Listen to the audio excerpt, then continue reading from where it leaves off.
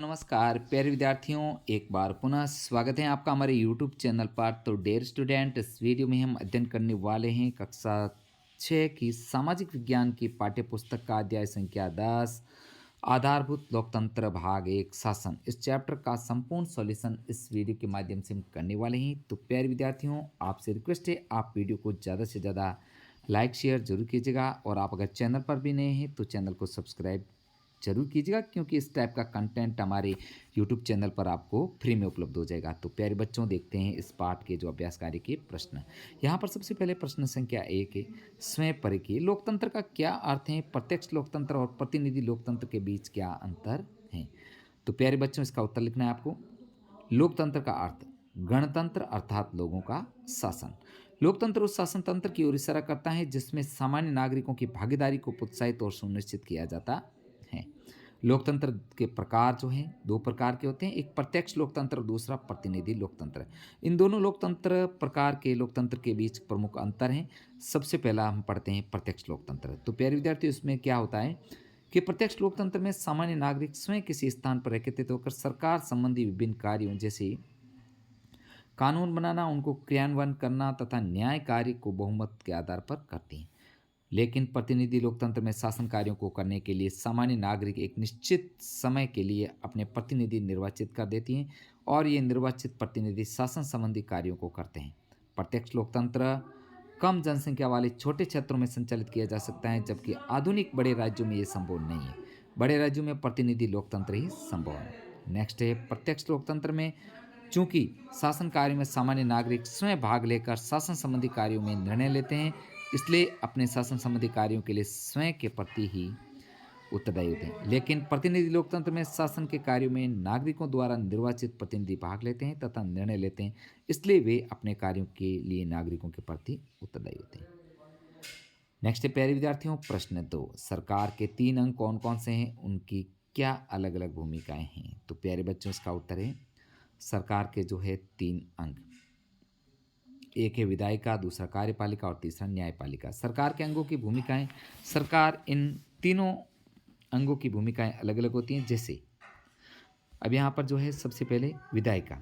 विधायिका का जो प्रमुख कार्य है नियम या कानूनों का निर्माण करना। यह कभी कभी पुराने कानूनों में संशोधन तथा वर्तमान कानूनों को निरस्त करती है। दूसरा है कार्यपालिका, सरकार का अंग। कार्यपालिका विधायिका द्वारा बनाए गए कानूनों को लागू करती है। और तीसरा है जो अंग सरकार का, न्यायपालिका। यह न्यायपालिका का निर्णय करती हैं क्या किसी ने कानून तोड़ा है, यदि तोड़ा है तो उस पर क्या कार्रवाई की जाए, आवश्यक होने पर अपराधी को दंड भी देती है। प्यारे विद्यार्थियों, आगे है प्रश्न 3, भारत के परिप्रेक्ष्य में हमें त्रिस्तरीय सरकार की आवश्यकता क्यों है? उत्तर लिखना है आपको। भारत एक विशाल देश है। जनसंख्या की दृष्टि से यह विश्व का सबसे बड़ा लोकतांत्रिक देश है। इतने बड़े देश के समक्ष समस्याएं अनेक होती हैं। कुछ समस्याएं राष्ट्रीय स्तर की होती हैं, कुछ प्रादेशिक स्तर की और कुछ स्थानीय स्तर की। इसलिए इन समस्याओं को सुचारू रूप से हल करने के लिए हमें तीनों स्तरों पर अलग अलग जो है सरकार को कार्य करना चाहिए। इसी दृष्टि से भारत में सरकार 3 स्तरों पर कार्य करती हैं: राष्ट्रीय स्तर, राज्य स्तर और प्रादेशिक स्तर और स्थानीय स्तर।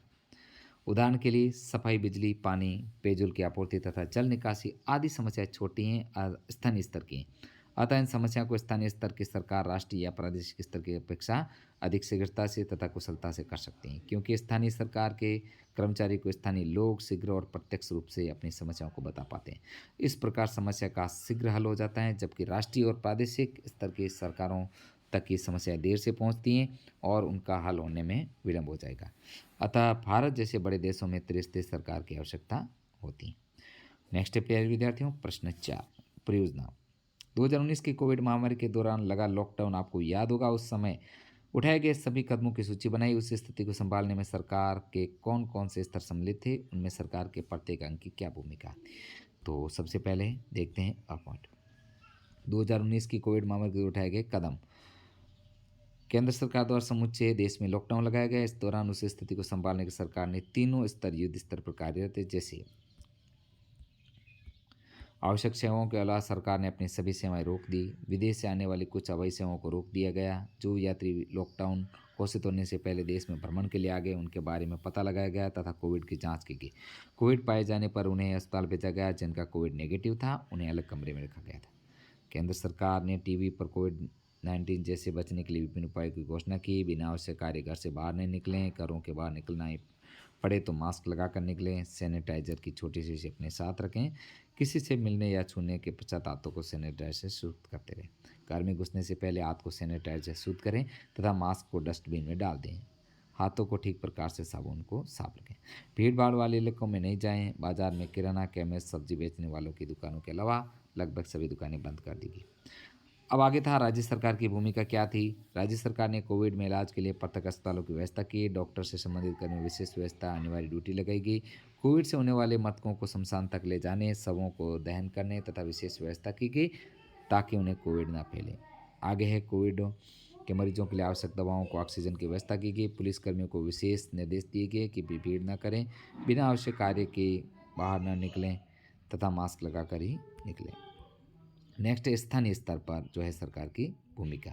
इसके लिए किस प्रकार उन्होंने स्थानीय स्तर पर किया, तो अपने क्षेत्र की साफ व्यवस्था को दुरुस्त किया गया। सभी सफाई कर्मचारी को कोविड निरोधक मास्क प्रदान किए गए। बिजली कर्मियों तथा जलदाय कर्मियों को कोविड रोधी ड्रेस मास्क दिए गए। किराना, केमिस्ट व सब्जी की दुकानों के चारों ओर दूरी पर रस्सी बांधी गई और ताकि ग्राहक दुकान के पास आकर भीड़ न करे, और लोगों को निःशुल्क मास्क वितरण की व्यवस्था की गई। तो इस प्रकार प्यारे विद्यार्थियों, हमने बहुत ही इम्पोर्टेंट जो है चैप्टर आपके कक्षा 6 की सामाजिक विज्ञान का जो चैप्टर संख्या 10 आधारभूत लोकतंत्र भाग 1 शासन, इसका संपूर्ण सॉल्यूशन हमने इस पाठ का किया है। तो प्यारे बच्चों, आपसे रिक्वेस्ट है आप वीडियो को ज़्यादा से ज़्यादा लाइक शेयर जरूर कीजिएगा, और आपको सारे के सारे पाठों का सॉल्यूशन अगर चाहिए तो चैनल की प्लेलिस्ट बनी हुई है, वहाँ पर जाकर के सभी पाठों का सॉल्यूशन एक साथ कर सकते हैं। मिलते हैं नेक्स्ट वीडियो में। वीडियो देखने का आपका धन्यवाद।